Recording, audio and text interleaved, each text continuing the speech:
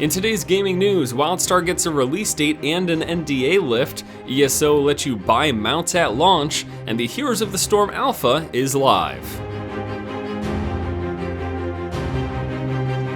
Hello ladies and gentlemen, welcome back to the show. This is Force with your day's gaming news. First up today, WildStar has finally gotten a release date. The game will be launching on June 3rd, 2014 with pre-orders starting just a few short days away on March the 19th. On top of that, the NDA has been lifted, which means if you're in the beta, you are now free to take screenshots, capture video, or even stream the game. Now I had an opportunity to stream it yesterday for about 2 to 3 hours, and my initial impressions so far are pretty good. It's got a very interesting cartoony style, similar to WoW, not that it looks similar to WoW, but WoW is cartoony with over-exaggerated characters. WildStar is the same way. It is cartoony with over-exaggerated characters. So if you're into that type of styling, that's something you might like about this game. The combat seems pretty good and well put together. It's really hard to tell in the early stages of the game though, because you've got access to so few skills, how it's going to play out when you've got the full skill bar available and multiple skills to choose from. But so far, I like what I've seen. I'm going to put some more time into it and give you guys some better impressions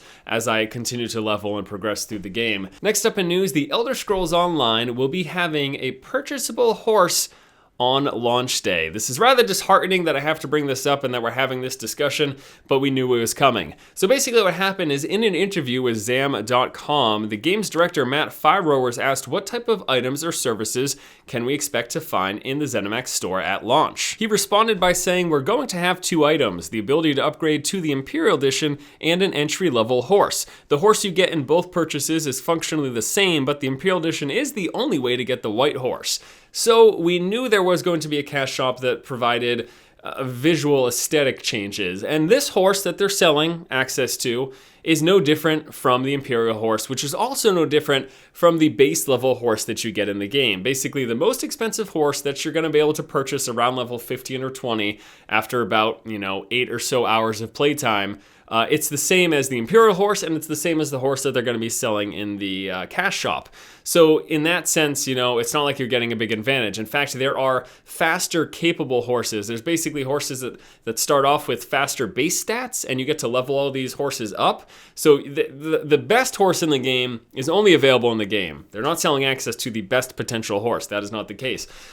But at the same time, something that bothers me about this is that it's not the purchase. It's not the purchase is an option. It's not that it's an option and it's available, because obviously if I don't care about it and I don't like it, I don't have to spend that money. But it's when we have stuff like this, you also wonder, well, this could have been a horse in the game.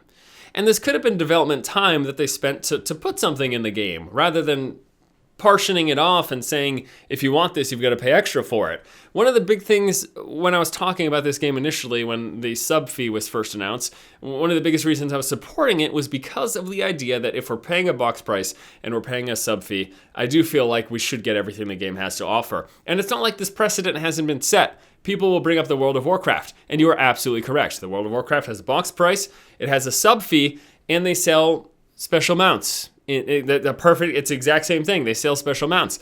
But that doesn't mean that I'm super happy about it. And one of the biggest reasons I'm so upset about this and the collector's edition blocking a race behind a paywall is because I genuinely like this game. I enjoy playing it. I've had a blast. I've sunk in, it's got to be close to 150 hours now in the past few weeks into playing the Elder Scrolls Online. I'm covering it a lot on my channel. Clearly, I enjoy the game. And because I like it, because I care about it, and I want to see it succeed, these kind of business decisions really bother me, because I think it gets in the way. I think it really tarnishes the perception of this game before it even launches, that it has a box price, that has a sub fee, and then we're blocking a race behind a paywall, and we're blocking it. It's only cosmetic, but we're also blocking a horse behind a paywall.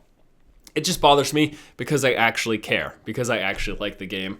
But I still like playing it, and I guess I will still keep playing it. I'm not going to be a White Knight Crusader here and try to pretend that I'm not going to play the game, because I do really enjoy it, but this really bums me out. I mean, big time.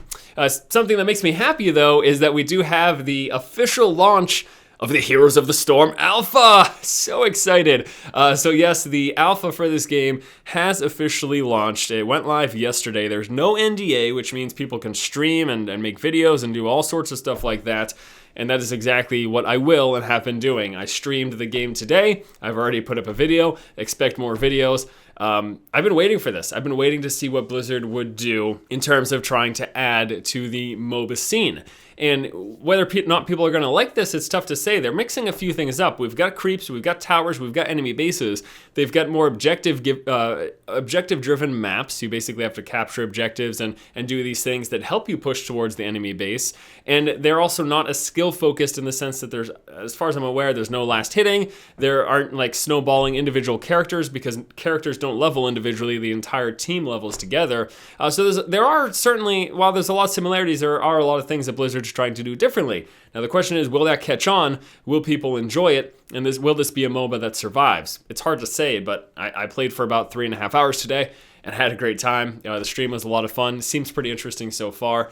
I'd like to know what you guys think. In fact, I'd like to know what you guys think about any of the topics discussed here today, because that's going to do it for the feed. Thank you guys so much for watching. Once again, this has been Force, and you have just been force-fed. I know people have known this for a long time, but I'm really just starting to get into it, and I have to say, playing support in a MOBA with a crappy team is the worst. I played a few games of support today, and I'm trying to help my team, but they can't even help themselves. So what am I supposed to do?